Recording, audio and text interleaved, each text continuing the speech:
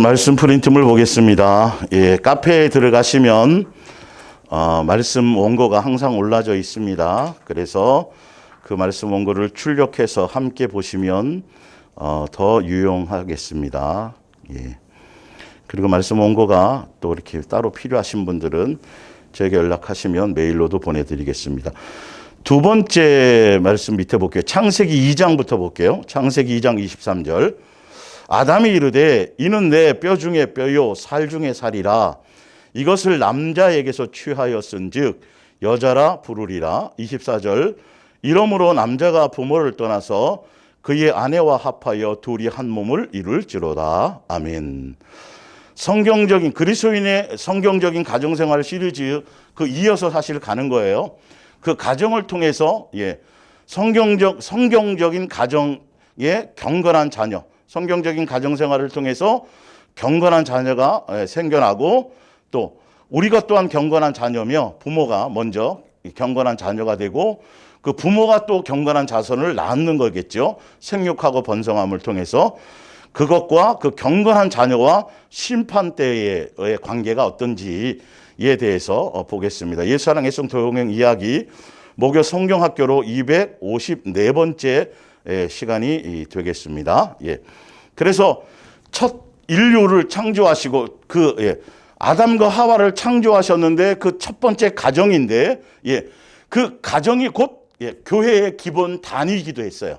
그게 곧 교회이기도 했고 그리고 그 가정이라는 그것을 통해서 많은 것들을 예수님은 그 안에 어떤 의미를 두셨는데 그 가정이 곧 천국에서의 아버지 예수님과 우리의 관계가 한 상에서 밥 먹는 한 가족이라는 그 가족의 개념을 알게 하시고 양육하시는 것이고 그리고 그 가정이라는 것 안에서 계속 하늘에서는 아니지만 이 땅에서는 남편과 아내를 두고 가정을 통해서 자녀를 계속 낳으면서 생육하고 번성하는 과정을 가거든요. 내가 태어났을 때 나는 자녀예요. 자녀로서 인생이 끝나는 것이 아니라 자녀로서 태어났지만 자녀가 또 뭐가 되어야 돼요? 부모가 되어서 자녀를 양육해 봐야 되는 것이죠. 그래서 계속 생육하고 번성하는 그 길은 양육의 길이라는 것이죠. 예수님이 우리를 자녀로 삼아서 양육하시는 것처럼 너도 부모가 되어보고 너도 자녀가 되어봐서 양육의 길이 어떤 것인지 알고 예수님과의 관계를 그렇게 영적으로 실제로 관계를 갖게 하시기 위해서 아버지와 자녀의 관계가 첫 번째 있는 것이 바로 뭐죠? 가정이고 또 그 가정 안에는 남편과 아내라는 서로 부부끼리의 사랑의 관계, 그건 예수님과 우리 교회와 예수님과의 사랑의 관계에 대한 그림자요 예표라고 말씀드렸어요. 그래서 남편과 아내의 그 관계인데 왜 예수님이 육체의 한 영, 첫째 아담과 그 다음에 또 하와를 통해서 왜 그 영들만 한 영만 창조하셨느냐?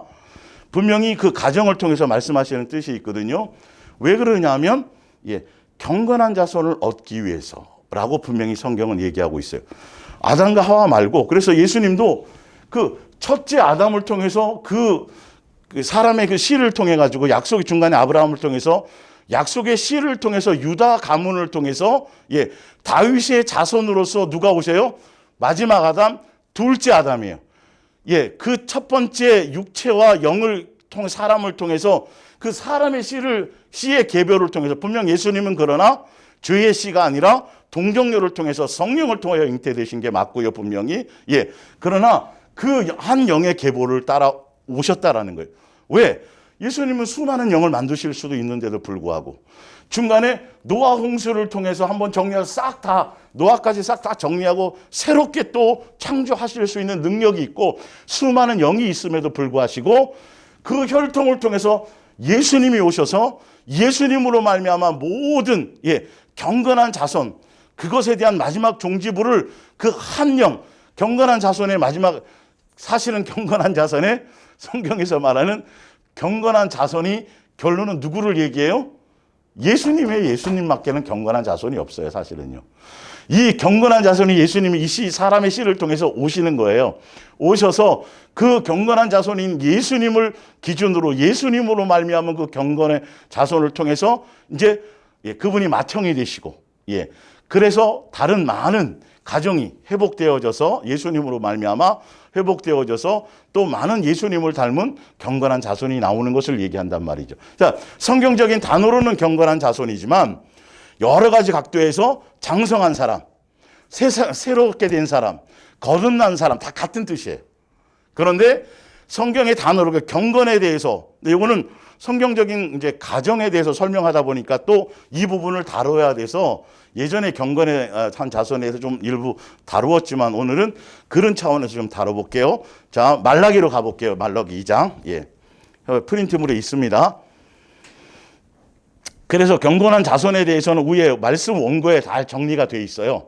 영적인 의미와 실체와 그 관계에 대해서 그것이 무엇을 예표하는지에 대한 것은 시리즈 하기 전에 벌써 그 전 시리즈에서도 제가 초반에 설명을 드렸었기 때문에 그 원고를 보시면 아시게 될 거예요. 그래서 첫째 인류인 아담은 사한 영이에요. 그러나 둘째 아담이신 예수님은 살리는 영이시란 말이죠. 그 영의 그 차이가 있어요. 예수님 오셔서 할 일이. 자, 말라기서 2장 10절입니다. 우리는 한 아버지를 가지지 아니하였느냐. 여기서는 이스라엘 백성 자체를 얘기하는 거예요. 사실은요. 온 인류를 얘기한다기보다는 요 표면적인 것으로 여기서 얘기하는 건 한 하나님께서 지으신 바가 아니냐. 어째 우리 각 사람이 자기 형제에게 거짓을 행하여 우리 조상들의 언약을 욕되게 하느냐. 11절에 유다는 이 유다의 가문을 통해 유다의 지파를 통해서 남유다라는 그 과정을 통해서 이렇게 예수님이 오시죠. 유다는 여호와께서 사랑하시는 그 성결을 욕되게 하여서 이방 신의 딸과 결혼하였으니 이 일을 행하는 사람에게 속한 자는 깨는 자나 응답하는 자나 물론이요 만군의 여호와께 제사를 드리는 자도 여호와께서 야곱의 장막 가운데에서 끊어버리시리라. 너희가 이런 일도 행하나니 곧 눈물과 울음과 탄식으로 여호와의 제단을 가리게 하는도다. 그러므로 여호와께서 다시 너희의 봉헌물을 돌아보지도 아니하시며 그것을 너희 손에서 기꺼이 받지도 아니하시거늘 너희는 이르기를 어찌 됨이니까 하는도다. 이는 너와 내가 어려서 맞이한 아내 사이에 여호와께서 증인이 되시기 때문이라. 이는 그는 내 짝이요 너와 서약한 아내로되 내가 그에게 거짓을 행하였도다. 15절에 그에게는 영이 충만하였으나 오직 하나를 만들지 아니하셨느냐. 어찌하여 하나만 만드셨느냐는 이 하나만 만들었다라는 내용이 뭐냐면 조금 전에 제가 읽어드렸던 창세기 2장 23절 첫 인류에 대한 그 부분을 얘기하는 거예요. 지금 여기서 이 부분이요. 이는 경건한 자손을 얻고자 하심이라. 그러므로 내 심령을 삼가 지켜 어려서 맞이한 아내에게 거짓을 행하지 말지니라. 실제로 유다라는 지파가 남유다의 가나안 땅에서 가장 마지막으로 쫓겨난 지파이기도 하고 가장 마지막에 멸망했고요. 어쨌든 그래서 이 유다로 말미암아 이방 여인들 그래서 자기 백성들 성결된 구별된 백성이기 때문에 아무나 통혼하지 말라. 그리고 그 노아 홍수 시대에도 마찬가지로 하나님의 아들이 사람의 딸들 그 통혼하면 안 되는데 그들의 육체의 아름다움을 보고 자기의 마음과 육체의 원함을 따라 그렇게 통혼하게 되면서 타락이 급격하게 되어진 것이죠.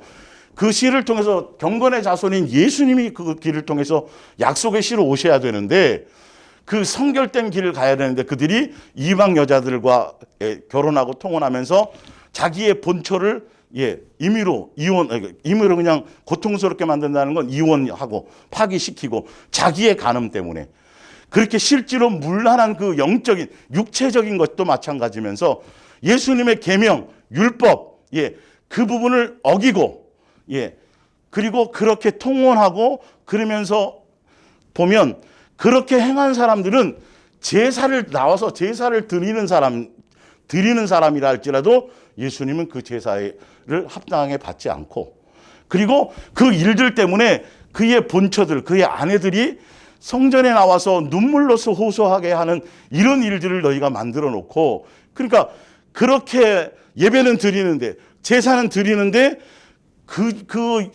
그들의 삶이 성결하지 못하고 계명을 어기고 말씀을 어기면서도 그렇게 나와서 하는 것을, 그러니까 나와서 헌물을 드려도 예배를 드려도 예수님이 안 닫고 문을 닫아 버리시니까 왜 그런 이렇게 하십니까? 라고 얘기했더니 그렇게 말씀하시는, 너희들이 생활이 그래서 가정을 지키지 않고, 이 가정은 그러니까 실제 가정도 되지만 사실은 뭐냐면 영적인 관계에 경건한 자손에 대한 걸 같이 포함하고 있어요. 그래서 그거를 이스라엘의 타락을, 그러니까 유다의 타락 때문에 예레미야서에 쭉 나온 게 뭐냐면 이 유다의 타락을 얘기하는 거예요.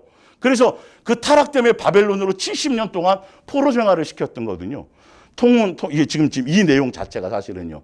예레미야서부터 쭉 그 얘기가 나오는 거예요. 눈물의 선지자가 얘기하는 것들이. 예. 하여튼 그래서 그것으로 말미암아, 그래서 많은 영이 있어도 바로 이런 혈통을 통하는 경건한 자손을 얻으려고, 그래서 아담으로부터 죄의 씨를 가지고 계보로 내려오고 있지만 마지막에 예수님이 와서 그 가문의 모든 것들을 해결하시고 죄를 씻으시고 경건한 자손으로서 오셔서 그거를 온전한 가정으로 회복시키는, 예수님과 우리의 관계를 통해서 사랑의 관계로, 온전한 사랑의 관계, 율법의 완성을 통해서 그것을 하기 위함이라고 지금 성경은 얘기하고 있는 것이 경건한 자손이. 그러니까 첫 인류 아담과 하와를 통해서 그 이후에 아담과 하와가 제대로 경건한 생활을 하고, 그리고 제대로 남편과 아내로서의 역할을 잘하고 예수님과 관계에서 먼저 경건한 모습으로 자대로 살았다라면 반드시 그의 씨가 뭐가 됐을까요? 온전한 자녀로 그 길을 가는 수 있었겠죠. 근데 그 부분이 안 되어졌더니 가인과 같은 후손이 나오게 되는 거예요. 예, 그것을 얘기해요. 근데 밑에 이제 표준세 번역이, 현대어 성경도 이 부분이 있지만 이 부분에 대해서는 표준세 번역이 좀 더 구체적으로 설명이 되어 있어서 제가 이렇게 설명을 해놓은 거예요. 14절에 대한 설명이에요. 예. 그러면서 너희는 오히려 무슨 까닭으로 이러십니까? 하고 묻는다. 그 까닭은 내가 젊은 날에 만나서 결혼한 너의 아내를 배신하였기 때문이며, 그러니까 표면적으로 사실은 육체적인 가정생활, 온전하지 못한 생활, 그것이 곧 계명을 어기는 것이고, 예수님이 준 율법을 어기는 것이고, 그것이 결론은 영적으로 이방 여인과의 어떤 통혼하는 것이 되고, 그러면서 가정을 깬 것이기 때문에 그것에 대한 것을 영적인 것과 같이 연결해서 말씀하시는 거예요. 유다의 타락으로요. 주께서 이 일의 증인이시기 때문이다. 그 여자는 너희의 동반자며. 예수님이 짝지어줘서 온전한 가정으로 이루어서 경건한 자손을 얻기 위해서 주신 건데, 본처를 버리고 너는 이방 여인을 취해서 그렇게 되었다라는 걸 얘기하죠. 내가 성실하게 살겠다고 언약을 맺고 맞아들인 아내인데도 내가 아내를 배신하였다. 15절, 한 분이신 하나님이 내 아내를 만들지 않으셨느냐? 육체와 영이 둘 다 하나님의 것이다. 한 분이신 하나님이 경건한 자손을 원하시는 것이 아니겠느냐? 너희는 명심하여 젊어서 결혼한 너희 아내를 배신하지 말아라. 처럼 이렇게 가정을 주신 이유가 그것을 통해서 영적으로 예수님의 닮은 경건의 본이 되시는 예수님을 닮은 계속 씨를 이어가는 경건한 자손을 계속 나오게 하기 위함이 목적이었다라는 거죠. 그냥 단순한 가정이 아니라 그것을 포함하고 있어요. 자, 전도서 7장 29절을 볼게요. 전도서 7장 29절.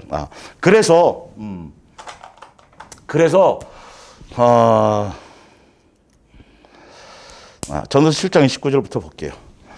내 모든 연구를 종합하건대, 하나님, 현대어 성경입니다. 하나님께서는 인간을 단순하고 정직하게 지으셨으나 인간은 온갖 수단과 음모를 꾸며내고 있다. 예수님은 이런 목적으로 그렇게 제대로 창조를 잘못한 것이 아니라 바르게 창조하셨는데, 첫 번째 인류 가정에서부터 예수님이 주신 목적과 이런 것들을 다 해서 수많은 영을 만들 수 있었지만 아담 하나를 통해서 만들어냈죠. 아담 하나만 세웠잖아요. 그걸 통해서 육체를 통해서 육체와 영을 통해서 사람을 만드셨고, 그 육체와 영의 관계를 통해서 예수님 또한 육체로 입고 오시는 그 하나의 영적인 계보를 약속의 자녀의 계보를 그렇게 만드신 것은 바로 예수님이 오시고 예수님으로 말미암은 경건한 자손을 얻기 위함인데 인간이 스스로 그 길을 가지 못했다라는 거예요. 그게 지금의 우리가 가장 기본 단위인 이 가정 관계와 그리고 그것이 곧 교회라는 관계와 그것이 예수님과 우리와 사랑의 관계의 어떤 영적인 그 신랑이고 신부라는 어떤 영적인 관계를 맺는 것에 본질적인 마지막 최종적인 결론은 뭐냐면 내가 경건한 자손이 되고 나로 말미암아 내 후손들이 계속 예수님만 사랑하는 예수님을 닮아가는 그런 자손으로 계속 온전히 장성하게 성장할 수 있는 그 길을 가게 한다라는 것이죠. 근데 거기에 가장 큰 원칙을 여러분 뭘 먼저 생각하셔야 되냐면 여러분이 이제 예수님을 만나서 이제 예수님으로 말미암아 양육을 받으면서 부모로서 자식을 낳잖아요. 그러면 자식을 낳으면 그 자식이 제대로 예수님의 닮아가는 계속 경건의 자손의 씨로서 이어가기 위해서는 어떤 것들을 다 여러분 통과하고 거쳐야 되냐면 아브라함이 누구를요? 100세에 얻은 자식을 제가 이걸 설명드렸잖아요. 아담과 하와의 가정이 각 그 역할을 하지 못함으로 말미암아 남편과 아내로서의 역할을 하지 못함으로 말미암아 이게 무너졌고 그래서 예수님이 오게 되는 약속의 씨를 얻게 되는 믿음의 가정, 온전한 가정의 표본이 아브라함의 가정이라고 분명히 설명을 드렸죠. 베드로전서 3장에. 그래서 여기서 약속의 씨인 누가 나와요? 이삭이 나온단 말이에요. 약속의 씨인 이삭이 나왔는데 그 이삭을 어디에 바쳐요? 모리아산에 바쳐야 돼요. 그건 아브라함뿐만이 아니라 일반 가정에서도 마찬가지예요. 나로 말미암아 내가 예수님의 자녀로 양육되어져서 내 자녀들이 제대로 된 이 약속의 씨의 믿음을 가지고 부모의 믿음을 따라 제대로 된 동행의 길을 가고 그래서 계속 경건한 자손으로 이 씨가 이어가기 위해서는 아브라함과 사레가 부모가 낳은 자기의 배를 통해서 나왔지만 그 씨를 통해 나왔지만 예수님이 주신 자녀 맞죠? 이삭만 그래요? 아니면 여러분들 자녀가 다 그래요? 다 그래요. 다 예수님이 주신 거예요.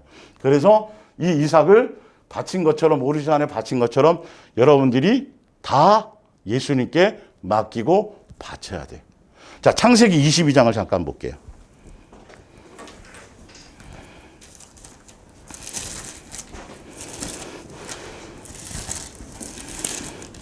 (22장 6절) 아브라함이 이에 창세기 22장 6절입니다. 번제 나무를 가져다가 그의 아들 이삭에게 지우고 자기는 불과 칼을 손에 들고 몇 사람이요? 몇 사람이 돼 있어요? 몇 사람이요? 22장 6절 두 사람이 동행하더니 종두구가 하인들은 다 밑에 내려놔두고요. 거기서 이제 같이 와서 기다리라 그러고 둘이 올라가요.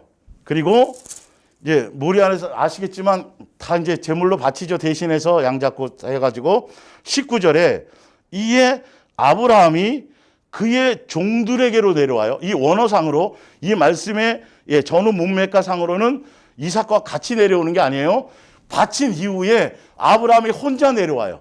원어상은 혼자 내려온 거예요. 이게 그 문맥상 이에 아브라함과 이삭이 아니에요. 거기 모리아 산에 놔두고 아브라함만 내려왔어요. 왜? 이제는 바쳤으니까. 그래서 성경에 보면 아브라함의 하나님, 누구의 하나님? 이삭의 하나님, 누구의 하나님? 야곱의 하나님. 이렇게 각자가 아주 어릴 때는 분별이 안 될 때는 부모가 말씀으로 엄하게 양육하고 뭘 하지만 뭔가 이제 어느 시점이 돼서 자기 판단이 서고 뭔가 생겨날 때는 그 이후부터는 예수님께 실제로 이걸 바쳐야 돼요. 인간적인 부모의 뱀사랑으로 내가 믿어서 봤더니 이렇게 바르는데 저 자식 저거 맨날 게임만 하고 저거 교회도 안 나가고 이렇게 돼서 여기 바치고는 더 이상 미련 없이 바쳤으면 내려와야 된단 말이에요. 거기 예수님 손에 맡겨버려야 된단 말이에요. 근데 끊임없이 이걸 가지고 계속 선이죠. 알고 보면 바른 길로 가게 하기를 원하시죠. 근데 그걸로 될 것 같으면요. 그걸로 안 돼요. 진짜 여러분의 자녀들이 제대로, 이거는 아브라함이 아니라 이건 아브라함이 그냥 대표이고 샘플이에요. 사실은 그것만 보면 안 돼요. 영적인 관계로 여러분의 자녀들, 여러분 뱃속으로 낳고 그냥 진짜 정말 사랑하는 자식이지만, 그렇지만 이걸 진짜 예수님께 다 바치고 맡기고, 뭐만 해야 되냐면 그 자세가 제대로 예수님을 따라가려면 부모는 예수님께 자녀를 맡기고, 부모는 한결같이 예수님을 놓치지 않고 예수님께만 집중하고, 그것을 제대로 삶의 본으로 자녀에게 예수님의 시간표가 될 때까지 예수님이 그것을, 내가 예수님을 만났단 말이에요. 예수님을 만났을 때 내 자식도 그 자식이 누구와의 관계가 돼야 돼요? 그 자식이 하나님이 되어질 수 있도록. 나도 뭐 그렇게 썩 저기 안 했는데 예수님이 은혜로 왔는데, 왜 내 자식은 실수하고 내 자식은 삶으로 경험하고 왜 그 기회를 안 주냐고요. 이 과정을 거쳐야만 온전한 각자의 하나님이 되거든요. 예수님을 만날 수 있거든요. 이게 부모가 자식을 사랑한다는 그 미명 아래 예수님께 그렇게 돼버리면 예수님이 자식을 간섭하지 않아요. 그럴싸하게 자기 입금에 따라 뭔가 막 될 것 같은데, 계속해서 제가 개인적으로 상담하거나 뭐 할 때 보면 그 얘기를 2년씩 얘기를 해도 이게 잘 안 돼요. 이 사랑의 관계가. 특히 혼자 뭐 과부가 됐든 이혼을 했든 혼자 자식을 키워오던 이 부모들은 이게 잘 안 되더라고요. 이 관계가 맡기는 게 안 돼요. 또 그래서 잘 돼야 되니까 보이거든요. 그게 잘 안 가는 게. 지금 자기 그 길을 맡기고 그것만 더 집중하면 가면 되는데 자꾸 보이거든요. 이런 게. 자꾸 마음 뺏기고 있다라는 건 몰라요. 그 마음을 뺏겨서 잔소리하고 뭘 한다 그래서 달라지지 않는 거거든요. 그걸로 같으면 뭐 우리나라 믿음의 자녀들은 다 아브라함 됐죠. 다 십자가에 죽었죠. 사실은. 예. 그걸로 안 되는 거예요. 실제로 맡기고 내가 가야 될 그 길을 온전히 가야 돼요. 그렇게 되면 예수님이 이제 이삭을 그때부터 간섭하고 나중에 누구의 하나님이 돼요? 이삭의 하나님이 되어지는 거예요. 그 관계가 갈 수 있도록 내가 50년, 60년 살아오면서 이렇게 넘어지고 저렇게 넘어지고 이렇게 실수하고 저렇게 실수해서 그 은혜 가운데서 와가지고 이제서 예수님 만나서 가는데, 왜 내 자식은 20살, 30살 만에 이것을 다 되게 되도록 또 자꾸 그렇게 생각을 하고 있냐는 것이에요. 그 자체가 교만이고 그 자체가 어리석은 거고, 그게 뱀사는 그만큼 그렇게 하게 되는 만큼 권면을 하고 그걸로 맡겨드려야 돼요. 사랑의 권면을 하고 예수님이 하시도록, 예수님의 시간표를 따라서 하시도록. 그리고 어떻게 해야 돼요? 철저하게 진짜 바쳤으니까 다시 또 끄집어 그 산에 올라가가지고 뭘 하려고 그러지 말고 두 말도 않고 그냥 자기 갈 길을 가는 거예요. 영적인 관계 안에서. 근데 이거는 또 성격상으로 그것이 쿨한 사람들이 있어요. 그래서 실제로 간섭하지 않고 어떤 때는 좀 심하게 설명하면 포기해버리고, 그래 네 멋대로 그냥 살아봐라 하고 무관심하라는 뜻이 아니에요. 이게요. 그런 개념이 아니에요. 진짜 사랑하기 때문에. 그러기 때문에 내가 간섭하지 않고, 그 길을 내가 양육받아서 왔기 때문에 보이잖아요. 그게. 그러기 때문에 바리새인이 되면 안 되고, 바리새인이 되면 안 되고, 그러기 때문에 누구 손에 맡기는 거예요? 예수님이 하시도록 맡길 수 있는 이 과정이 필요해요. 자, 이제 신명기 6장 볼게요. 신명기 6장 4절. 이스라엘아 들으라. 우리 이제 가정에 대해서 지금 얘기하는 겁니다. 이건 좀 새로운 각도예요. 우리 하나님 여호와는 오직 유일하신 여호와시니 너는 마음을 다하고 뜻을 다하고 힘을 다하여 내 하나님 여호와를 사랑하라. 자, 사랑하라.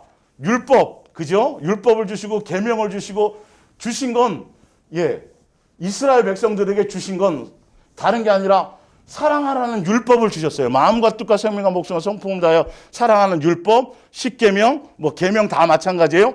주셨는데 이 주시는 게 지침서잖아요. 어떻게 살아라는 지침서. 무엇에 대한 지침서냐 하면 경건한 자손을 얻기 위하고 경건한 자손의 길을 가기 위하고 경건한 자손으로 양육하기 위해서 무슨 지침서를 줘요? 가정에 사랑하라는 율법의 지침서를 줘요. 마음과 뜻과 생명과 목숨과 성품을 다해 뭐하라? 주 너희 하나님을 사랑하라. 예수님만 사랑하라가 지침서예요. 무슨 지침서? 경건한 자손을 얻기 위한 지침서예요. 경건한 자손이 되기 위한 지침서예요. 가정해 주시는 거예요, 사실은요, 이게. 보면 나오잖아요. 볼게요. 오늘 내가 내게 명하는 이 말씀은 너는 마음에 새기고, 그 마음에 새기라 그러니까 누구의 마음에 새기는 거예요, 이게요. 여기 봤더니 밑에 뭐가 나와요? 내 뭐야? 자녀 나오죠. 부모의 마음에 새기라는 거예요. 분명히. 예. 내 자녀에게 부지런히 가르치며 집에 앉았을 때이든지 길을 갈 때이든지 누워있을 때이든지 일어날 때이든지 이 말씀을 설명하고 또 권면하고 계속, 특히 어릴 때는 더 당연히 있게, 이거 어릴 때니까요. 예, 아직 분별이 안 될 때. 그리고 부모의 손목에, 그러니까 명심해서 너는 또 그것을 내 손목에 매어 기호로 삼으면 내 미간에 붙여 표로 삼고 또 내 집 문설주와 바깥문에 기록할지니라. 이거 누구에게 주는 계명이에요? 부모인 우리요. 내가 또한 경건한 자손이 되어야 돼. 남편도 경건한 자손이 되어야 되고 아내도 경건한 자손이 되어야 돼서, 경건한 자손의 모습은 뭐냐면 한결같이 예수님을 바라보며 예수님으로 말미암아 시리즈로 해왔던 거, 남편은 남편의 역할을, 아내는 아내의 역할을 그 질서 가운데서 해서 자녀에게 무엇을 하는 거죠? 말로만이 아니라 삶 속에서 보여주고 나타내주고 그것을 증거하라는 거예요. 사랑하라는 것을 가게 하라는 거예요. 사랑해요. 너 예수님 믿잖아. 머리가 돼야 돼. 공부 열심히 해가지고 대통령 이런 거 하라는 게 아니에요. 이게 다음 세대를 세우는 건 그 뜻이 아니에요. 예수님 닮은 자녀가 되라는 거예요. 그 닮은 자녀의 가장 큰 지침서 딱 한 가지가 뭐냐면 예수님만 사랑하는 사람이 돼야 돼. 그러려면 누가 먼저? 너가 먼저 그것을 하고 너 마음에 새기고 그걸 잊지 않도록 모든 삶에서 항상 그것이 되어지고, 그래야 자녀가 앉든지 눕든지 서든지 씨가 먹힐 거 아니에요. 말이 먹힐 거 아니에요. 여러분, 밖에가 아니에요. 가정에서부터 복음은 되어지는 거예요. 이게 사실은 전도이기도 하고, 이게 여기서부터 형성되어져야 되는 거예요. 가장 교회의 기본단이에요. 내가 성전이고, 그 가정 자체가 교회이기도 하고, 두세 사람 예수님의 이름으로 모인 가장 기본 단위가 가정이란 말이에요. 그 핵심은 경건한 자손이에요. 그 경건한 자손의 길을 가는 건 세상적인 지식과 대안학교와 학문적인 것과 세상 지식과 이론은 플러스 성경 공부, 이게 아니에요. 이게 아니라니까요. 지금 예수님이 말씀하신 건. 그래서 이스라엘 백성의 광야 가운데서도 자녀에 대한 양육이잖아요. 그게 예수님만 사랑하게 하는 거. 자, 그래서 신약에 와서 디도서 2장을 보면 2장 1절, 오직 너는 바른 교훈에 합당한 것을 말하여 나이 많은 남자들에게는 신중하고 경건한 생활을 하도록 가르치시고, 그들은 분별력과 참다운 믿음을 지니며 모든 일을 사랑과 인내로 해야 하고, 남자들은요, 이 남편 이 역할을 하고, 나이 많은 여자들에게는 모든 일을 조용하고 정중하게 해나가도록 가르치고, 그들은 남의 흉을 보고 돌아다니거나 술에 취해 지내지 말고 선한 행실의 본복. 이렇게 남편과 아내가 각각의 자기의 믿음의 분량에 맞게, 역할에 맞게 먼저 예수님을 사랑하는 사랑의 열매를 삶에서 드러내고 맺는 것들을 신중하게 잘 해나가고, 이 말이에요. 자, 그래서 젊은 여자를 타이르고 가르쳐서 조용한 생활을 하게 하고 남편과 자녀들을 사랑하며 분별 있고 깨끗한 마음으로 집안일을 알뜰히 하고, 살림에 재능이 없어도 돼요. 이거는 이제 그 영적인 의미를 같이 포함하고 있으니까. 살림은 남편이 해도 될 수 있는 거예요. 지금 이게 생활적인 거. 남편에게 친절히 대하고 순종하도록 만들어 주어야 합니다.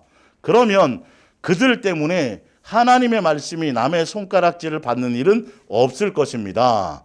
자, 가정에 대한 거예요. 디모데전서 2장. 이런 것들을 통해야만 뭘 얻을 수 있어요? 경건한 자녀를 얻을 수 있단 말이에요. 그래서 항상 뒤에 나오지만 장로가 되든지 감독이 되든지 집사를 세우든지 한결같이 빠지지 않는 게 있어요. 예, 결혼해야 되고 또 뭐예요? 자녀. 예, 경건한 온전한 자녀, 믿음의 자녀예요. 순종적인 자녀예요. 그리고 또 다른 표현으로는 가정을 잘 다스려야 돼요. 가정이 그러니까 예수님이 그거 동행을 통해 갈 때 먼저 나를 부르시고 나를 통해서 가정을 온전히 세우는 일을 하시는 거예요. 이 과정이 누구에게나 다 있어져야지 맞아요. 이해가 가세요? 성경적인 원리로. 예, 가만히 다 보면 지금 그걸 하고 계세요. 가장 가까운 내 주변과 나를 먼저 불러서 세우고 내 주변에 부모가 됐든 뭐가 됐든 나로 말미암아 내 주변에 사람들을 온전한 예수님의 자녀로서 예수님의 교회로 따지자면 성도로서의 관계 예수님과 맺을 수 있도록 영적인 그것에 대한 것을 하게 하시는 거예요. 주 예수를 믿으면 너와 너의 가정이 구원을 얻으리라는 것처럼 그렇게 예수님이 하고 계시고 나를 세우시고 나로 말미암아 가정을 온전케 하는데 이것부터 먼저 되어져야 나머지 부분들이 이게 사명이고 사역이라니까요. 사실은 우리는요. 내가 양육되어지고 자 디모데전서 2장 9절입니다. 나는 권면합니다. 남자들은 죄를 짓거나 분이나 원한을 품지 말고 어디서나 거룩한 손을 들어 기도하시고 믿음의 본을 보이라면 영적인 본을 보이라는 거죠. 여자들도 단정한 태도와 복장을 하며 조용하고 분별력 있게 행동하십시오. 그리스도인이 된 여자는 머리를 화려하게 꾸미거나 보석이나 값비싼 옷으로 사람들의 눈길을 끌려고 하지 말고 선행과 친절로 단정하시고 여자는 일체에 순종함으로 조용히 배우며 여자가 가르치는 것과 남자를 주관하는 것을 허락지 아니하노니 교회에서 모임이 있을 때에는 조용히 있으시고 이는 아담이 먼저 지음을 받고 하와가 그 후에 또 아담이 속은 것이 아니고 여자가 속아 죄에 빠졌고 그러나 만일 여자들은 자녀를 기르면서 하나님을 믿고 조용하고 순결하게 사랑에 넘치는 생활을 한다면 그들은 뭘 받아요? 구원을 받아요. 그러니까 자녀들까지 다 포함하는 것을 얘기하게 하고 본인도 당연히 포함되고 그의 가정이 온전한 구원의 길을 갈 수 있다는 것이죠. 예. 그리고 또 디도서 1장에 보면 점점점 제가 이렇게 점침법으로 이렇게 설명해 드리는 거예요. 가정에 대해서 조명하기를 가만히 자세히 보면 부모와 남편과 아내의 그 역할을 영적인 역할을 통해서 그래야만 온전한 경건한 자손이 나온다는 것이죠. 예.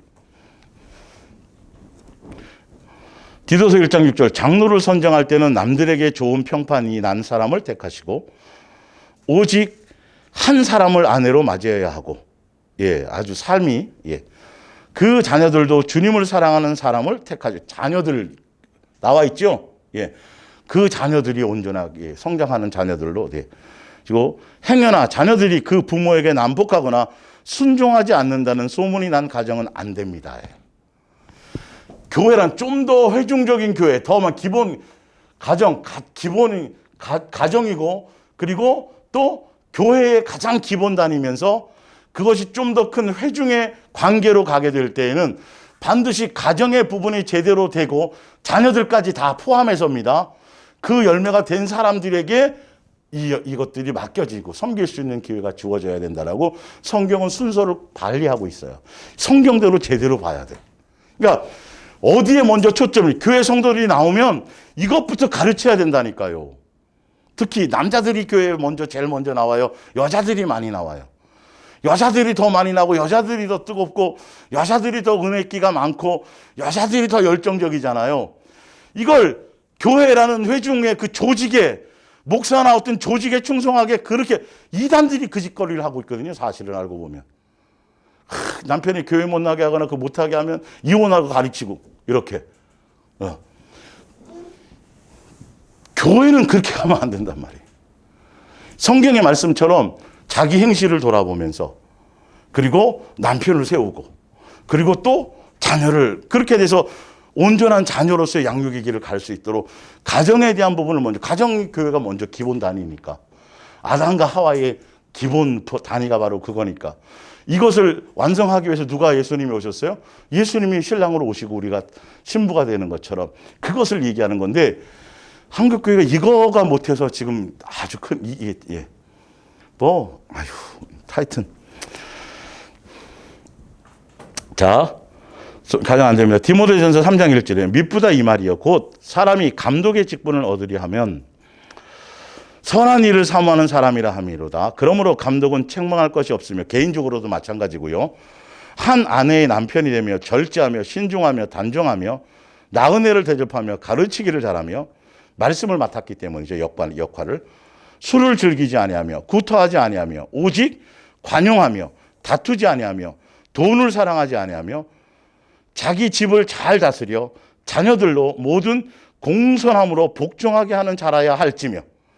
성경에 분명히 말하고 있어요. 사람이 자기 집을 잘 다스릴 줄 알지 못하면 어찌 하나님의 교회를 돌보리요 하면서 기본이 가정이고 그 가정의 기본에 무엇까지 포함되어 있어요? 자기도 기본이고 아내도 기본이고 자녀까지 포함되어 있다라는 거예요. 예, 가정을 지금 표현할 때. 12절에 집사들도 저 마찬가지예요. 한 아내의 남편이며 돼요. 자녀와 자기 집을 잘 다스리는 자일진이 계속 이 부분이 나오죠. 뭐 능력 있고 은사 있고 실력 있고 뭐하고 뭐 일 잘하고 이 차원보다도 가장 자격 조건, 기본 조건 자체가 벌써 어디에 초점이 있는지를 먼저 보라는 것이죠. 베드로후서 3장 7절입니다. 자, 그래서 이렇게 경건한 자손, 예, 장성한 분량. 자, 오늘은 이제 큰 아웃라인에서 좀 하는 거고 세부적인 경건에 대한 부분은 또 다음 주에 다루는데, 경건한 자손이 되는 거. 내가 먼저 경건한 사람이 돼야 되고, 경건에 대해서는 자세한 거 설명하겠지만, 그래서 내가 남편이거나 아내거나 각자 그래서 결혼을 해서 경건한 자손을 얻는 것까지, 예, 자손을 얻는 것까지인데, 이 경건의 부분이 심판대 앞에서 어떤 영향력을 미치는지를 성경을 통해서 보자는 것이지. 예. 자, 베드로서 3장 7절입니다. 이제 하늘과 땅은 그 동일한 말씀으로 불살하기 위하여 보호하신 바 되어서 어떤 사람들이요? 경건하지 아니한, 성경에 분명히 나와 있어요. 이제 여기에 대한 자세한 내용들, 경건이란 부분에 대한 구체적으로 계속 앞으로 다루겠지만, 일단 표면적으로 뭐냐면 경건하지 아니한 사람들의 심판은 경건하지 않은 사람, 온전한 경건의 모습이 없는 사람, 경건의 능력이 없는 사람, 어찌됐든 경건이 없는 사람들을 심판하시게 되는 거라는 거예요. 심판받는다라는 거예요. 이게 얼마나 중요한 건데요, 사실은요. 예. 심판과 멸망의 날까지 보존하여 두신 것이니라. 사랑하는 자들아, 주께서 하루가 1000년 같고 1000년이 하루 같다는 이 한 가지를 잊지 말라. 주의 약속은 어떤 이들이 더디다고 생각하는 것 같이 더딘 것이 아니라 오직 주께서는 너희를 대하여 오래 참으사 아무도 멸망하지 아니하고 다 회개하기 이르기를 원하는가. 무엇을 회개하는지를 보세요. 무엇이 심판날이 곧 오는데 무엇을 회개하게 하시고 무엇을 돌이켜야 되는 것이고, 심판날이 되기 전에 예수님이 왜 지금 기다리고 계신 거에 대한 초점이, 예, 무엇이냐면, 그러나 주의 날이 도둑같이 오리니 그 날에는 하늘이 큰 소리로 떠나가기로 가고 물질이 뜨거운 불에 풀어지고 땅과 그 중에 있는 모든 일이 드러나리로다. 이 모든 것이 이렇게 곧 종말이 올 텐데, 예수님이 재림하실 터인데, 그러면 너희가 심판대 앞에 서게 될 터인데, 이 말이겠죠. 아까 경건하지 아니하는 사람들의 심판과 멸망의 날까지 보존하는, 그러니까 그들이 경건하는 사람으로 돌이킬 수 있도록 그 시간을 주기 위해서, 설명 맞겠죠, 그렇죠? 그 얘기인 거예요, 전체 흐름상으로는요. 그러면서 뭐라 하냐면, 현대 성경 이제 이 부분은 거룩하고, 예, 거룩의 기준이 누구죠? 예수님이에요. 경건도 마찬가지. 거룩하고 경건한 생활을 해야만 하지 않겠습니까? 이렇게 돼.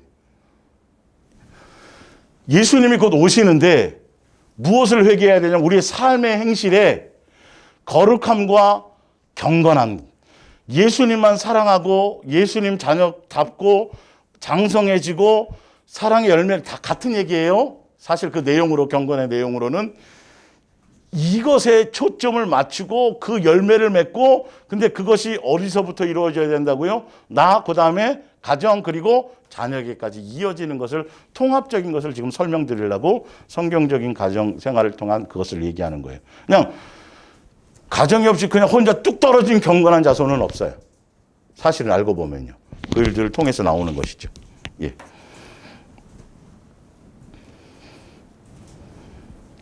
자, 12절. 하나님의 날이 임하기를 바라고 간절히 사모하라. 그날에 하늘이 불에 타서 풀어지고 물질이 뜨거운 물에 녹아지려니와 우리 앞에는 하나님께서 약속하신 새 하늘과 새 땅이 기다리고 있습니다. 그곳은 하나님께서 보시기에 올바른 사람만이 들어가 사는 곳입니다. 아, 거룩하고 경건한 생활을 해야 되지 않겠습니까? 라고 말했는데, 그러면 거룩하고 경건한 생활이라는 것은 예수님 보시기에, 하나님 보시기에 어떤 사람이요? 올바른 사람이어야 된다는 거예요. 올바른 사람이어야 돼.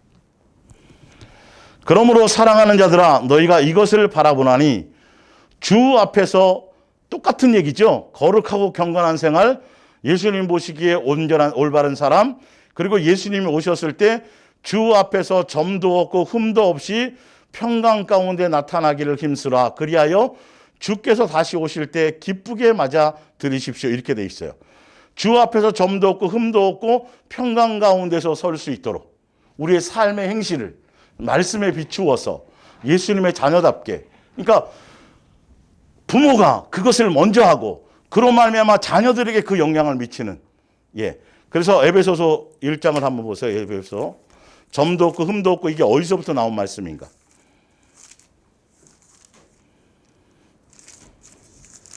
창세전에 계획했던 거예요, 이게요. 점도 없고 흠도 없이. 그냥 나온 말씀이 아니에요. 예수님이 이 경건한 자손을 얻기 위해서, 그리스도의 장성한 분량에 있는 사람이 이르기 위해서. 네. 에베소 1장 3절. 찬송하리로다 하나님 곧 우리 주 예수 그리스도의 아버지께서 그리스도 안에서 하늘에 속한 모든 신령, 우리는 육체로 이 땅에 태어나는 순간에 하늘에 속한 신령한 복을 가지고 태어난 사람이라 그랬죠. 하늘나라 상속자여 예수님의 한 가족이요. 예. 주시되 곧 창세전의 계획이에요. 그리스도 안에서 우리를 택하사 우리로 사랑 안에서 양육을 통해서 예수님 앞에 거룩하고 흠이 없게 하시려고, 이렇게 예수님 닮은 장성한 분량의 사람이 되게 하시려고, 그 과정을 이루기 위해서 예수님이 오셔갖고 십자가에 죽어서 가정을 다시 회복하시고 경건의 모습으로 우리를 그 길을 갈 수 있도록, 양육의 길을, 예수님으로 말미암은 양육의 길을 갈 수 있도록 하는 그것을 지금 말씀하고 계신 거예요. 이게 창세전에 있었던 내용이에요. 그러니까 예수님이 재림하시기 전에 아직 이것을 이루지 못했다라면 빨리 너의 삶의 행실을 돌아보고 너의 삶의 열매를 보라는 것이죠. 그것에 초점을 맞추라는 거예요. 내 삶의 행실을 돌아보는 거예요. 내 주변의 가정에서, 내 가장 가까운 곳을 통해서 맺는 열매들을 보라는 거예요. 주의 일을 감당하겠습니다. 사명 감당하겠습니다. 뭐 하겠습니다. 다른데 들고 뛰라는 소리가 아니라 내 행실의 삶의 모습, 내 속의 경건의 모양만 있는 것이 아니라 경건의 능력이 실제로, 경건의 능력이 무엇인지가 성경에 또 다 나와 있단 말이에요. 경건의 삶이 무엇인지가 성경에 다 나와 있단 말이죠. 자세하게 예수님 이렇게 나와 있어요. 예. 그런데 거짓 선지자들이 이제 뭔 역할을 한지 보여드릴게요. 하여튼 봅니다. 16절에 또 그 모든 편지에도 다 이런 일에 관하여 말하였으되 그 중에 알기 어려운 것이 더러 있으니 무식한 자들, 여기서 무식하다라는 건 원어의 성경에 보면 성령이 없는 사람이에요. 성령의 인도함을 따른 것이 아니라 종교심과 종교적으로, 그러니까 능력도 낳고 표적도 나타나고 이적도 나타내는데 성령의 열매가 없는 사람이라는 거죠. 성령의 인도함을 따라서 제대로 된 말씀이 아니라 마귀의 종으로 거짓 선지자들로서 예수님 오시기 뭘 오시는지 한번 믿으면 끝이야. 그냥 살아도 돼. 이런 거 이렇게 함부로 경건의 삶을 향해서 갈 수 있도록, 양육의 길을 갈 수 있도록 해줘야 되는데 그렇지 않은 자들이, 거기에 속아서 성경을 멋대로 해석하는 자들, 열매 맺지 못하게 하는 자들, 그걸 다 포함하고 있어요. 밑에 나와요. 성경에 찾아드릴게요. 예. 굳세지 못한 자들이 다른 성경과 같이 그것도 억지로 풀다가 스스로 멸망하느니라. 17절에 그러므로 사랑하는 자들아 너희가 이것을 미리 알았은즉 무법한 자들의 미혹에 이끌려 성령이 없는 자들의 끌려 너희가 굳센 데서 떨어질까 삼가라. 예수님을 놓칠까 삼가라. 18절에 오직 경건한 사람, 거룩한 사람은 18절이에요. 오직 영적으로 성장해서 자꾸 장성해져서 우리 주님이시며 구세주이신 우리가 영적으로 성장하고 장성해지고 새 사람 되어지고 그렇게 우리가 점점 영적으로 그리스도의 사람으로 자꾸 영적으로 자라난다라는 것은 다른 것이 아니에요. 기도 많이 하고 전도 많이 하고 뭐 신령한 체험을 하고 낙원에 임하고 뭐 3층청 가고 그게 아니고 보세요. 오직 영적으로 성장하여 우리 주님이신 구세주이신 예수 그리스도를 더 깊이 아는 사람이 되는 거예요. 영적으로 성장한다라는 건. 이 예수님을 깊이 안다라는 건 제가 찾아드리겠지만 예수님의 사랑 안에서 이 아가페 사랑의 온전함을 내 삶에서 점점 배워가고 익혀가고 열매 맺어가는 것이고 예수님의 인격과 마음과 성품이 내 삶에서 자꾸 나타나고 드러나고 열매 맺는 것을 다 포함하고 있죠. 성경에 나와요, 이게. 자, 베드로후서 1장을 보세요. 베드로후서 1장.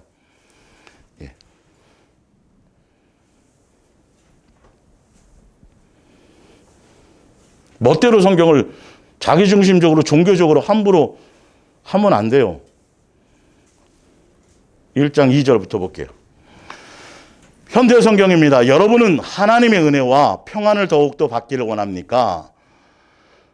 그렇다면 예수 그리스도를 더 깊이 배우십시오. 나와요.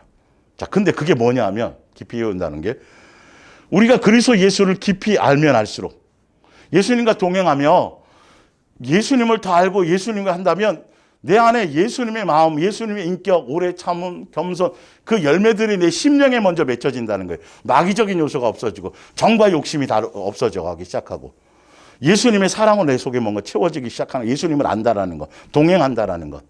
자, 그리스도께서 당신이 지니신 위대한 능력으로 예수님이 믿게 하시고 예수님이 순종할 능력을 주시고 예수님이 다 해주시는 거예요, 사실은요. 그 안에 붙어 있기만 하면. 올바른 생활을 하기에 필요한 모든 것을 아까 새하늘과 새 땅에 들어가는 사람은 하나님 앞에서 어떤 사람이라 그랬어요? 올바른 생활을 하는 사람만이 그곳에 산다고 돼 있죠. 그 올바른 생활이 예수님을 알 때 예수님으로 말미암아 주어지는 거예요. 내가 내 스스로 뭔가 시간 정해놓고 뭐 새벽 기도하고 성경 보고 뭐 산에 가서 나무 이런 그 경건 스스로 그 경건의 능력이 없어요. 경건의 모양만 나타날 수밖에 없다니까 이게요. 제가 거기까지 이제 해드릴 건데 진리 안에서 자유라는 거 한 번 더 구체적으로. 그래서 그걸 이루게 하시려고 하는 건데 어느 순간인가 또 자기가 뭘 또 동행 안에서 자기가 뭘 플러스 하려니까 자꾸 이상한 쪽으로 또 이상한 쪽으로 빠지는 거예요. 이단으로 빠지고 뭐하고 이렇게 되는 거예요. 그거 내려놓으라니까. 언제 어느 때부터 그럼 뭘 했길래 동행을 만났냔 말이에요 우리가. 뭘 더 열심히 했기 때문에. 아니라니까요. 1000%, 1000%, 수억만 프로 전적인 은혜밖에는 없다니까요. 그 은혜 놓치지 않는 거 이번 주일날 설명드리겠지만. 자 볼게요. 그리스도께서는 당신이 지니신 위대한 능력으로 하나님 앞에서 올바른 생활하기에 필요한 모든 것을 우리에게 나눠주십니다. 그뿐만이 아닙니다. 그리스도께서는 당신의 영광과 선한 품성도 우리에게 나누어 주십니다. 그리고 그 같은 권능으로 놀라운 은총을 풍성하게 내려주시기로 약속해 주셨습니다. 그것 때문에 그 덕분에 내 마음속에 있는 정과 시기에 옛사람 마귀적인 요소 우리는 정욕과 부패에서 해방되어서 그분의 품성을 나누어 받게 된 것입니다. 그로 말미암아 어떻게 돼요? 다른 수많은 사람들과 뒤에 이제 그건 쭉 읽고 자, 5절 볼게요. 그러나 이런 은사를 받아 간직하려면 믿음만으로는 부족합니다. 여러분은 이 믿음만으로 부족하다는 의미를 제가 설명드렸었어요. 믿음은 끝이다가 아니라 열매가 있어야 된다는 걸 포함한단 말이에요. 행동 없는 열매 말고. 여러분은 하나님께서 기뻐하실 종교적인 믿음 말고요. 하나님께서 기뻐하실 수 있도록 덕을 쌓아야 합니다. 그러나 그것만으로 부족합니다. 하나님은 더 깊이 알고 하나님께서 여러분에게 무엇을 원하는지를 알아야 합니다. 더 나아가 여러분은 욕망을 버리고 인내와 경건을 몸에 익히며 기쁨으로 자기 자신을 하나님께 맡겨야 합니다. 이렇게 하면 다른 사람과 즐겁게 사귈 수도 있고 친밀해지며 깊이 사랑할 수 있는 사람이 이게 열매로 나타날 수 있다는 거예요. 순서의 단계가 예수님을 깊이 한다는 건 예수님의 인격과 마음을 배우고 예수님 안에서 그분의 성품을 배우고 올바른 관계를 맺고 그로 말미암아 내 정과 욕심이 다스려지고 그로 통해서 뭐 하게 된다? 사랑의 열매를 맺게 모든 사람과 그를 통해서 온전한 열매를 맺게 된다라는 것이죠. 그게 경건이에요, 사실은요. 경건의 내용들이고. 유다서를 한번 봅니다. 프린트물로 돌아가서. 예. 하나님을 두려워하지 않는, 이거 현대어 성경으로 되어 있는 거예요. 자, 하나님을 두려워하지 않는 교사들. 자, 이 경건하지 않은 사람들이 심판대 앞에 섰을 때 계속 베드로서나 유다서나 계속 얘기하고 있는 게 지은이는 틀린데요. 내용은 똑같아요. 사도 바울도 사실 그 얘기를 하고 있고. 자, 경건한 자손이 돼야 되는데, 경건한 자손. 경건한 사람이 되고, 경건한 자손을 얻어야 되고, 경건한 사람, 예수님의 경건한 자손이 돼야 되는데, 이 경건한 자손이 되는 것의 가장 큰 방해권과 가장, 것에 걸림돌이 되는 게 뭐냐면, 거짓 선지자들이에요. 참 신기하죠? 거짓 선지자들이. 이 거짓 선지자를 따르면 결론은 경건을 이룰 수가 없어요. 그들과 거짓 선지자들과 똑같은 정욕적인 사람, 예수님을 수단 삼고 경건의 모양만 있고 결론은 예수님의 경건의 능력을 부인하는 사람이 돼요. 종교적인 것으로 예수님으로 말미암아 세상에서 잘 먹고 잘 살고 막 뭐 이상한 교리 쪽으로 그래서 돈에 잡히고 성적인 것에 잡히고 자기 멋대로의 신앙을 가게 돼요. 이 영향력이 그래서 마지막 때 종말에 계속 베드로와 유다서가 계속 사도 바울도 마찬가지로 계속 강조하는 게 뭐냐면 안내자를 잘 만나라는 거야. 안내자를. 전달자를 잘 만나라는 거예요. 이게 가장 안내를 받아요. 성경을 멋대로 해석하고요.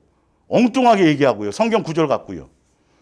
그래서 경건한 자손이 되고 얻는 것에 이 부분이 가장 큰 문제가 가장 위험한 요소가 바로 거짓 선지자들이에요.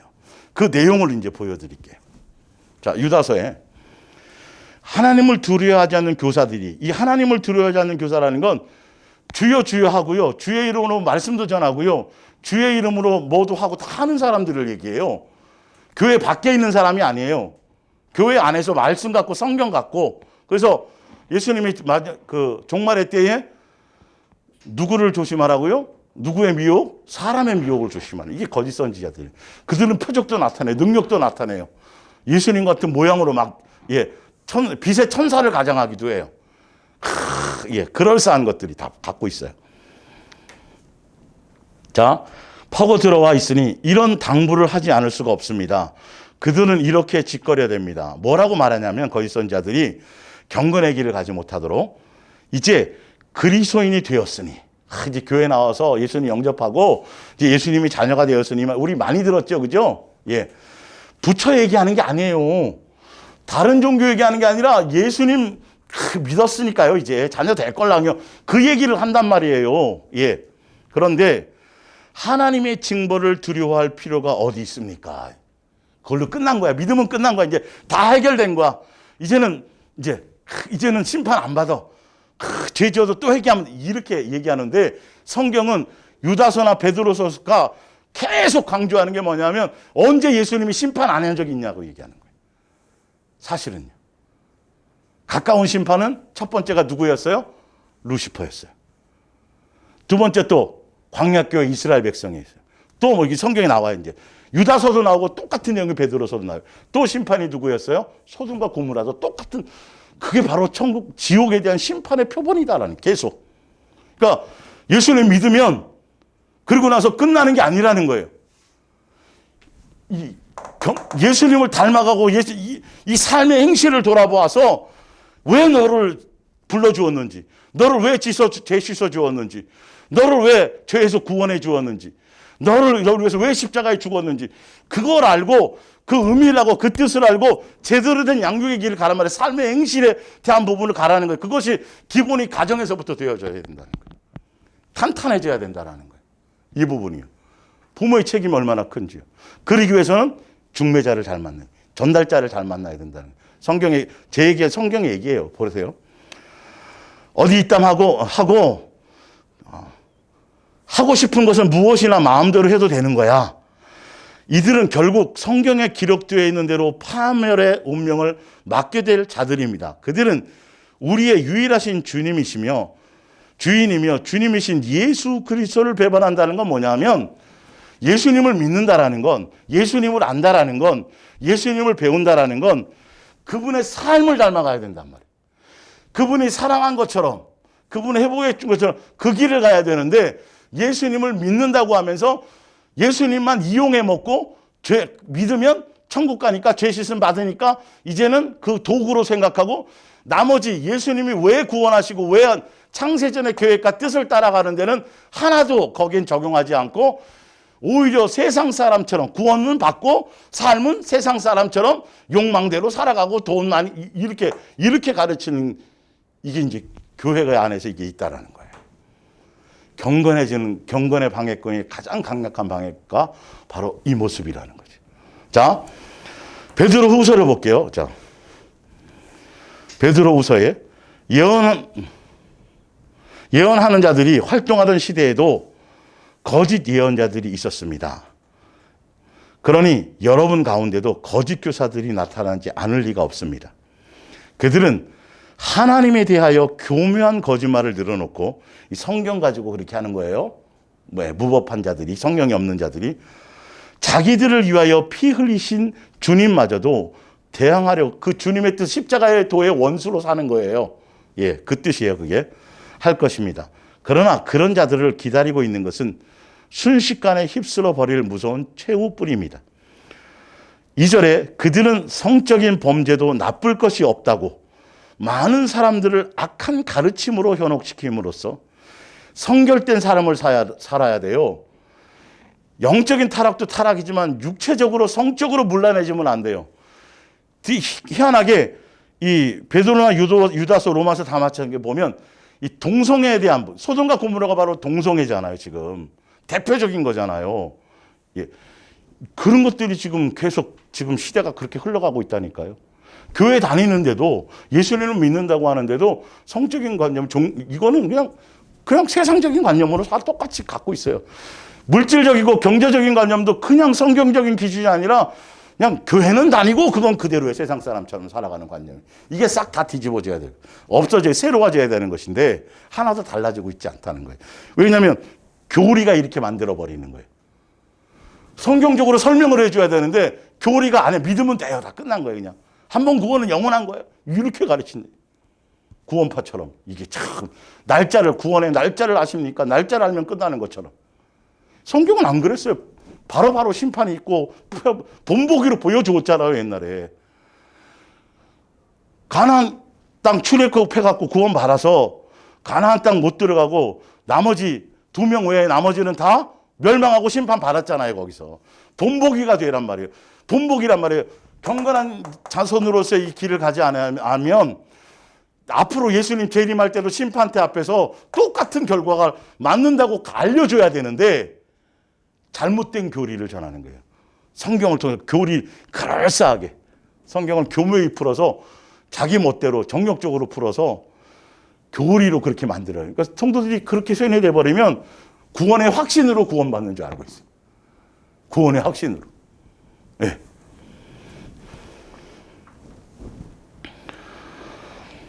자, 그리스도와 그분의 교훈이 오히려 비방을 받게 될 것입니다. 3절에 이런 거짓 교사들은 탐욕에 가득 차서 결론은 그들이 예수님 이름 이용하고 뭐 종말 얘기하고 뭐 심판 얘기하고 주여 하고 뭐 하면서 결론은 뭐냐면 탐욕에 가득 차서 여러분에게서 돈을 빼앗아가는 일의 수단과 방법을 가리지 않을 것. 이 성도들에게 주머니를 턴다고 세 번역에는요, 여러분의 주머니를 털어갈 것입니다. 자세히 보아요. 잘 생각해 보세요. 지금 여러분의 교회에서 뭐 합시다, 뭐 센터 지읍시다, 뭐 끊임없이 돈을 요구하지 않나요? 헌금은 제가 딱 얘기했죠. 감사, 11조, 그리고 기타 등등이에요. 다른 거 필요 없어요. 절기도 필요 없고 다 필요 없는 건데 무슨 작정이 왜 이렇게 많은 거고 헌금의 항목이 많고 결론은 이거라니까요. 성도들의 주머니에서 돈이 안 나오면 취급을 안 해요. 결론은 알고 보면요. 사실은 자유를 주는 것 같아요. 뒤에 이제 더 좀 나오지만 자기를 따르면 구원은 책임지는 것 같아. 카리스마 있어요. 막 엄청난 지도자처럼 막 예수님 이상으로 막 내 말 듣고 내 말에 순종하고 뭐 하면 당연히 천국 가는 건 기본이고 가서 상급도 받고 막 그래서 근데 보면 계속 뭘 하라는 거예요. 계속 나와서 시간 투자해야 되고 나와서 말 잘 듣고 돈도 자꾸 하고 어떤 때는 보증 쓰고 그래서 뭐 빚을 내서라도 헌금하고 계속 뒤에 짜는 거예요. 그 얘기 빼고는 없어요. 사실 알고 보면요. 은혜를 갚아야 된다고 자꾸 얘기하고 예수님 갚으라고 한 적이 없는데 아주 이상하게 그걸 한다니까요. 그렇게 해야 네 자식이 잘려서 꼬리가 되지 않고 머리가 될 거 아니냐고부터 시작해서 뭐 아주 이상한 되지도 않은 예수님은 표현도 안 하고 얘기도 안 한 얘기 가지고 주일날 제가 설명할 거예요. 그렇게 은혜에 대해서 잘못 망각되게 은혜를 하찮게 그렇게 여기게 만든단 말이에요. 자, 탐욕에 가득 차서 여러분에게 돈을 빼앗아가는 일의 수단과 방법을 가리지 않을 것입니다. 그러나 하나님께서는 이미 오래전에 그들을 정죄하셨으므로 그들은 이미 멸망의 길에 들어선 것이나 마찬가지입니다. 하나님께서는 4절에 나오죠. 이게 베드로후서 2장 4절도 그렇고 아까 유다서에는 제가 안 썼어요. 5절부터는요. 똑같은 내용이라 베드로후서 5절부터 나오는 게. 그러면 한 번 믿으면 끝이고 그걸로 끝이라면 심판이 없는 것처럼 그렇게 한다면 예수님 왜 재림하시기 전부터 계속 이것을 본보기로 보여줬는지를 얘기하는 거죠. 4절에 하나님께서는 천사들일지라도 죄를 저질렀을 때는 경건을 잃어버렸을 때는 가차없이 지옥으로 던져 심판의 날까지 얼음 속에 갇혀있게 하셨습니다. 이게 누구예요? 이게 루시퍼였어요. 심판의 날까지 가두어진 거예요. 이 땅이. 5절에 이에 세상을 용서하지 아니하시고 오직 의를 전파하는 노아와 그의 그러니까 노아 시대에도 일곱 식구를 보존하시고 그리고 노아 시대에 멸망당한 사람들이 왜 멸망당했다고 되어 있어요? 뭐 하지 않아서? 경건하지 않아서라고 되어 있어요. 이 심판과 경건은 아주 직결이 되는 거예요. 단어 자체가 사실은요. 경건하지 아니하는 자들의 세상에 홍수를 내리셨으며 6절 그러니까 계속 심판을 보여주셨다고요. 예로 샘플로요. 아니야 이거 당연히 너와 한 것에 대해서 그것이 있어. 그러니까 경건의 삶에 영적인 경건에 육체의 경건만이 아니라 실제로 경건한 자손이신 예수님으로 말미암아 예수님의 자녀다움으로 작은 예수로 예수님만 사랑함으로 예수님만 목적함으로 예수님의 인격으로 예수님이 사랑한 것처럼 우리도 그 사랑의 열매를 맺음으로 다 같은 경건의 내용이에요. 그것에 초점이 있어야 돼요. 우리 삶이요. 하루하루 삶의 형실에서. 성경은 그 얘기를 하고 있는 것이죠. 그러니까 그것이 되기 위해서는 내가 가장 우선 먼저 되고 나로 말미암아 또 어디에 충실해요? 가정에 충실해야 돼요. 그래서 누구에게까지? 내 자녀에게까지 영향을 미칠 수 있도록. 두들겨 잡으란 소리가 아니라 아까 설명드렸죠? 예수님께 맡기고요. 바치고 아예. 그 길을 가라는 거죠. 삶으로. 못 맡기는 만큼 그만큼 서로 힘들어지고 늦어요. 자녀가. 사실은.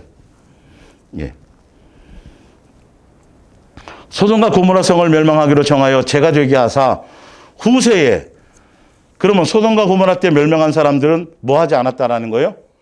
경건하지 않은 자들에게 본을 삼으셨으며. 그러니까 지금 이 시대에도 뭐 해야 돼요? 경건을 회복해야 된단 말이에요. 경건의 예수님 자녀로서의.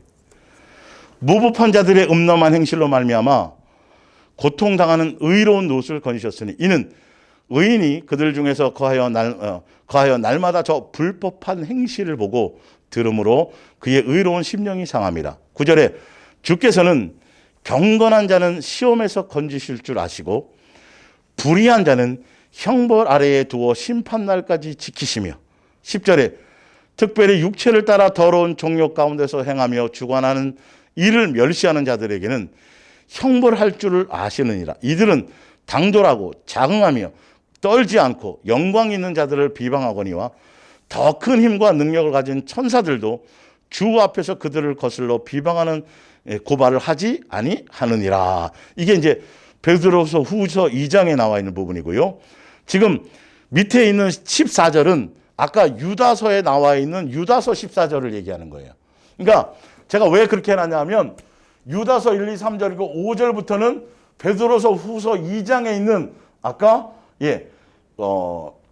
루시퍼를 가둬놓은 거, 또 출애굽한 이스라엘 백성들에 대한 심판, 소돔과 고모라, 요 내용이 유다서 그 후의 내용과 내용이 똑같아요. 근데 이 모든 부분이 뭐냐면 경건하지 않은 자들의 대표란 말이죠.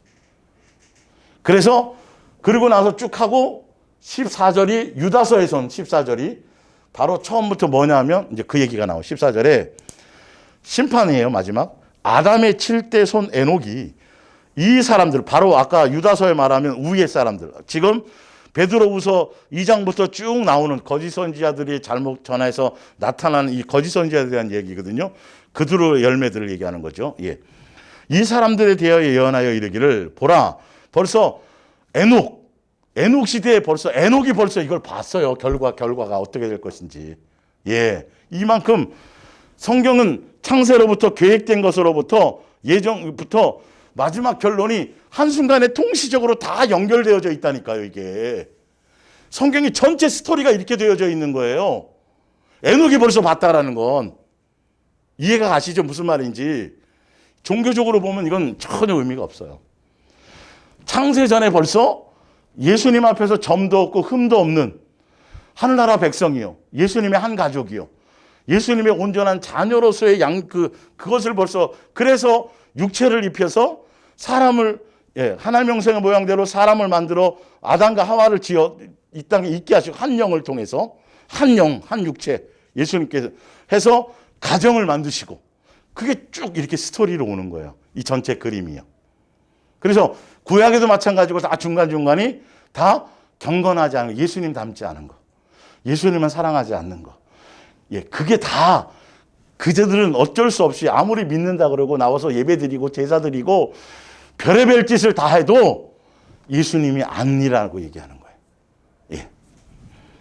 자, 주께서 그 수많은 거룩한 자와 함께 임하셨나니 이는 무사람을 심판하사 어떤 사람이 심판당하냐 하면 모든 경건하지 않은 자가 경건하지 않게 행한 모든 경건하지 않은 일과 또 경건하지 않은 죄인들이 주를 거슬러 한 모든 완악한 말로 말미암아 그들을 정죄하려 하심이라 하였느니라. 잘못 가르치는 거, 잘못 전달한 거, 말씀을 그런 것들, 사설을 푸는 이 모든 것들이요. 이 사람들은 원망하는 자며 불만을 토하는 자며 그의 정욕대로 행하는 거예요. 거짓 선지자들이, 경건을 얘기하지 않는 자들이. 그의 입으로 자랑한 말을 하며 이익을 위하여 아첨하고. 예. 사랑하는 자들아 너희는 우리 주 예수 그리스도의 사도들이 이미 한 말을 기억하라. 그들이 너희에게 말하기를 마지막 때에 자기의 경건하지 않은 정욕대로 행하며 조롱하는 자들이 있으리라 하였나니 이는 교회 안에 있는 지도자들 중에서 교회 안에 있는 거짓 교사들, 이들이 결론은 그들이 경건하지 못한 것에 대한 예수님이 성경을 통해서 말씀하시고자 하는 그 뜻과 목적을 가지 않고 종교적인 것으로 끌고 가서 그 종교적으로 끌고 감을 통해서 자기 배를 채우고 정욕을 통해서 같이 멸망하게 하는 자들을 얘기해요. 경건한 자손이 되기 위한 가장 걸림돌이 이들이란 말이에요. 예. 자, 이 사람들은 분열을 일으키는 자며 육에 속한 자며 뭐가 없어요? 성령이 없어요. 성령의 열매가 없어요. 능력이 나타나대요. 표적이 나타나도 귀신으로만 사단으로 말미암은 것이에요. 예, 열매가. 사랑하는 자들아 너희는 그래서 성령의 열매가 없어요. 사랑의 열매가 없어요. 예, 사랑하는 자들아 너희는 너희의 지극히 거룩한 믿음 위에 자신을 세우며 성령으로 기도하며 성령으로 기도하는 거예요. 하나님의 사랑 안에서 자신을 지키며 사랑하는 관계 안에서 영생에 이르도록 우리 주 예수 그리스도의 긍휼을 기다리라. 어떤 의심하는 자들을 긍휼히 여기라. 그러니까 경건한 자손, 성경적인 가정을 통해서 경건한 자손이 얻기 위함인데 그리고 경건한 자손이 되지 않고 경건을 이루지 못하고 경건의 열매가 없고 경건의 능력이 없으면 심판대에서 직결 심판이에요. 그거가 아주 타켓 목표인데 그렇게 되는 것에 가장 큰 걸림돌이 뭐다? 마지막 시대의 종교 지도자들, 거짓 선지자들이 경건을 향해 가지 않게 하고 예수를 믿으면 끝이야. 언제 오시겠어? 그때 가서 회개하면 돼. 라고 하면서 예수님의 자녀다움으로 사랑의 열매를 맺고 내 삶의 행실을 돌아보는 것에 초점이 있는 것이 아니라 주를 위해서 헌신해야 됩니다. 충성해야 됩니다. 은혜 갚아야 됩니다. 더 많이 헌금해야 되고 더 많이 뭐래. 이런 주를 위한 것 같은데 결론은 성도들의 주머리를 터는 사람들이에요. 근데 이 사람들은 그걸 통해서 자기를 자랑해요. 자기를 이제 그거는 이제 다음 시간에 좀 더 구체적으로 좀 더 이제 찾아드리고 경건이 무엇인지 구체적으로 또 이어서 하겠습니다. 오늘은 일단 전체적인 흐름 가운데 이렇게 설명을 그래서 성경적인 가정에서의 경건한 자녀와 그것이 심판에 연결되어진다라는 것. 그래서 내가 그리고 가정이 그리고 자녀들에까지 영향을 미치려면 그 부분을 그래서 내가 온전히 예수님 앞에 서서 예수님의 자녀답게 제대로 내가 양육받는 것에 초점이 있어야 되고 그래야 내가 혼자 살든 뭐 과부가 되었든 뭐 이혼한 사람이든 관계없이 지금은 그렇게 되고 또 해서 자녀에게까지 영향을 미칠 수 있도록 하는 것에 초점을 두어야 된다는 걸 얘기합니다. 기도하겠습니다.